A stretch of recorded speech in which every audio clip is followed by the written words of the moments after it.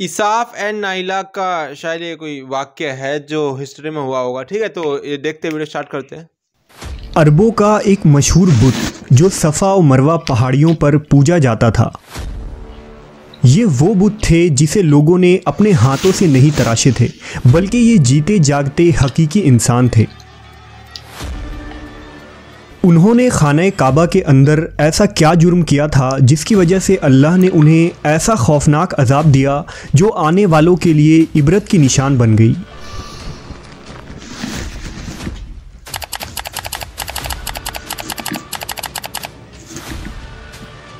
Idols. जब से खाना काबा तामीर हुआ तब से लेकर अब तक जिसने भी बैतुल्लाह की बेहुरमती की या बेहुरमती करने की कोशिश की तो अल्लाह ने उनका वो हशर किया कि रहती दुनिया तक इबरत का निशान बनकर रह गए। फिर चाहे वो दुनिया का ताकतवर बादशाह अब्रहा और उसके हाथियों का लश्कर ही क्यों ना हो।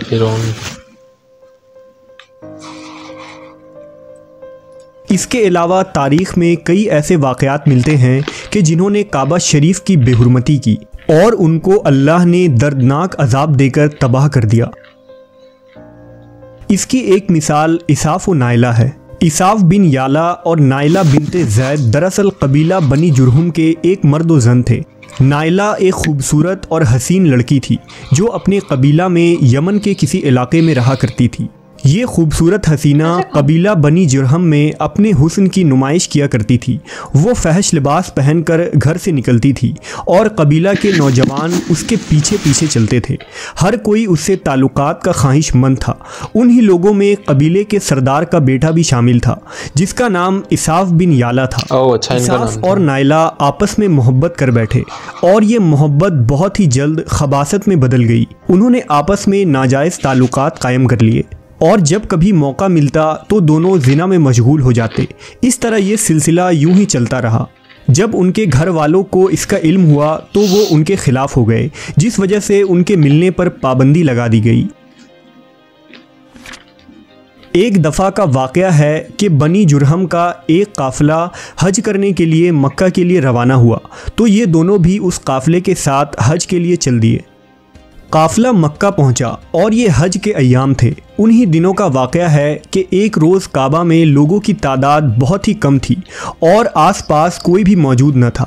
लिहाजा शैतान ने उनके दिलों में वसवसा डालना शुरू कर दिया। वो दोनों खाने काबा में दाखिल हो गए और इस तन्हाई के आलम में जिना करने लगे। जिना मतलब और काबा की बेहुरमती पर ज़मीन और आसमान कांप उठा। समुंदर की मौजें जोश मारने लगी और अल्लाह की तरफ से अजाब नाजिल हो गया। हुआ यूं कि जब वो खाना काबा के अंदर बदफेली कर रहे थे तो उसी वक्त उनकी रूहें कब्ज़ कर ली गई और उनके गोश्त पोश्त के जिस्म पत्थर के बनते चले गए। ये लम्हा इंतहाई खौफनाक और अजीबो गरीब था। दो जिंदा इंसान अजाब इलाही के तहत अब पत्थर के बन चुके थे। कुछ देर बाद जब बनी जुरहम के लोग काबा के करीब आए और बैतुल्लाह के दरवाजे को खोला तो दोनों बदबख्त बरहना हालत में पत्थर बने खड़े थे। वो ये समझ गए कि ये खबीस अल्लाह की मुक़द्दस घर में किस जुर्म का इर्तिकाब कर रहे थे। लोगों ने दोनों के मुजस्समों को उठाया और बाहर लाकर ज़मीन में गाड़ कर उन्हें खड़ा कर दिया ताकि ये लोगों के लिए इबरत का निशान बना रहे। कुछ दिन गुजरने के बाद मक्का के लोगों ने इसाफ के बुत को उठाकर कोहे सफ़ा के मकाम पर रख दिया और नाइला के बुत को उठाकर कोहे मरवा के मकाम पर रख दिया। सफ़ा और मरवा दरअसल दो पहाड़ी हैं जो हरम काबा के बिल्कुल करीब ही हैं। उन्हीं दो पहाड़ियों पर चढ़कर और चक्कर लगाकर बीबी हाजरा अलैहिस्सलाम ने उस वक्त पानी की तलाश की थी जब हज़रत इस्माइल मैसेंजर मूवी में शायद हमने देखा था जब लास्ट में अल्लाह के रसूल है वो जाते हैं, है ना? कदीम से ये दोनों पहाड़ियां मुक़द्दस मानी जाती थी और हाजी उन पर चढ़कर बड़े एहतराम और जज्बा अक़ीदत के साथ तवाफ़ किया करते थे। जब इसाफ और नाइला के बुत को सफ़ा और मरवा पर रखा गया तो उनकी सज़ा ये तजवीज़ की गई कि जो शख्स भी सफ़ा और मरवा पर जाए वो उन दोनों बुतों को एक एक जूता मारे। एक दो नस्लों तक तो ये अमल जारी रहा फिर लोगों ने उन्हें जूतों के बजाय थप्पड़ मारना शुरू कर दिए और कुछ नस्लों बाद लोग उन्हें सिर्फ हाथ लगाया करते थे। इस तरह वक्त गुजरने के साथ लोगों ने उनसे इबरत हासिल करना कम और उनकी ताज़ीम ज़्यादा करने लगे। यहाँ तक कि एक वक्त ऐसा आया कि अरबों ने जाहिलियत की बिना पर उनको मोहब्बत की अलामत करार देना शुरू कर दिया और कबीलों में उन दोनों के इश्क की दास्तानों को फ़ख्र से बयान किया जाने लगा। आहिस्ता आहिस्ता ये मोहब्बत के देवी और देवता करार पाए। 5वीं सदी तक इसाफ और नाइला के उस बुत को अरबों के बड़े बुतों में शुमार किया जाता था, जिनके आगे लोग सजदा किया करते थे और कुर्बानी भी चढ़ाते थे। हज़रत ज़ैद बिन हारिस रज़ी अल्लाह ताला अन्हु बयान करते हैं कि ज़माना जाहिलियत में जब मुशरिकीन मक्का बैतुल्लाह का तवाफ़ करते थे तो इसाफ़ व नाइला के उस बुत को छूते थे।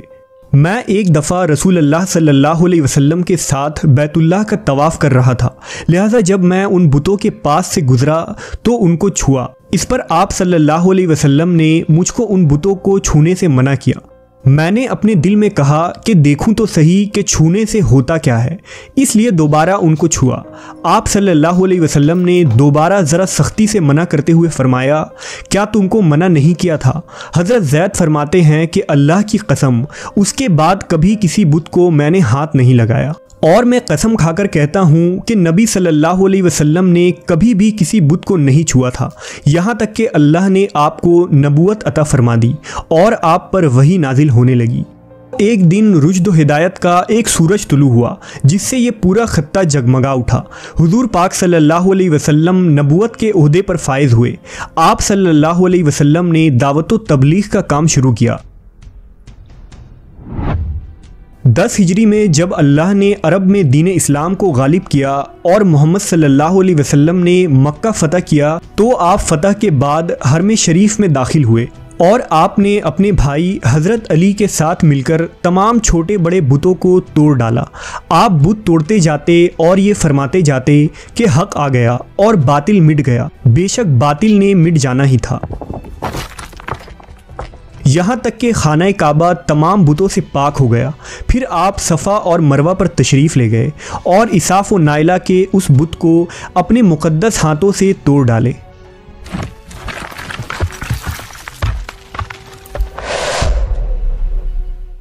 हमने देखा कि इसाफ़ व नाइला के इस बुत को लोगों ने बतौर इबरत सफ़ा और मरवा पर रखा था, लेकिन शैतान ने उन्हें ऐसा गुमराह किया कि वो उनकी पूजा करने लगे।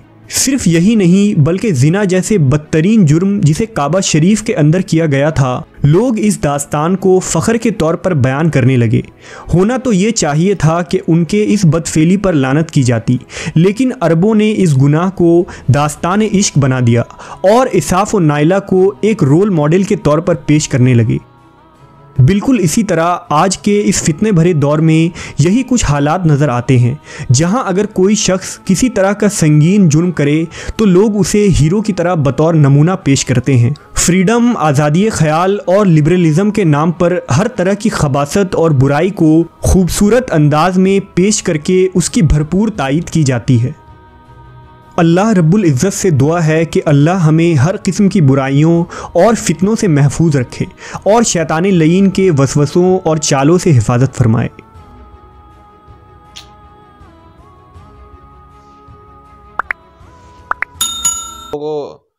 तो इसाफ और नाइला की मतलब यही स्टोरी है कि उनको फिर बुत बना दिया। ठीक है, उन्होंने तो मतलब उनमें इतनी समझ नहीं हो, अंदर दोनों कैसे जा सकते हैं? उन्होंने सोचा कि मतलब खाली है तो चले गए गलत काम करने के लिए। उसके बाद जो है अल्लाह ने उनको भूत बना दिया और उसके बाद जो है सब लोगों ने उनको बाहर रखा। ठीक है, स्टार्टिंग तो ये थी कि जूते मारते थे। ठीक है, उसके बाद थप्पड़ मारने लगे लोग। तो करीब 1-2 साल ये चला। फिर उसके बाद जो है ना, लोग जनरेशन जैसे चेंज होती जाती तो ऐसे ही मतलब शायद जैसे इन्होंने बताया। ठीक है, तो उसके बाद वो प्यार के पुतले बन गए कि ये दोनों प्यार करते थे। मतलब ऐसी कहानियां उड़ाने लग गई है कि प्यार करते थे और ये हो गया तो वो एक सिंबल बना दिए प्यार का। तो फिर लास्ट में जब क्या बोलते हैं, अरब फतह हुआ, यही बोलेंगे हैं। ठीक है, जब फतह अरब हुआ, ठीक है, उसके बाद सब बुतों को तोड़ा गया था। उनको भी उस समय तोड़ा गया। फिर पर हम देखें तो उनके साथ सही हुआ, पर और हम अपनी तरफ से सोचे तो हमारे को थोड़ा दुख भी हो रहा है, पर उनके साथ ऐसा नहीं होना चाहिए था। मतलब वो मक्का के अंदर कर रहे थे ना ये, तो वो तो गलत है ही, पर बहुत मतलब है बातों के। हमको पता नहीं था, ठीक है, अब हमको पता चला इस बारे में भी कि ऐसे भी बुत थे। ठीक है, तो मिलते हैं नेक्स्ट वीडियो में, तो और कोई वीडियो हो तो बताना, ठीक है।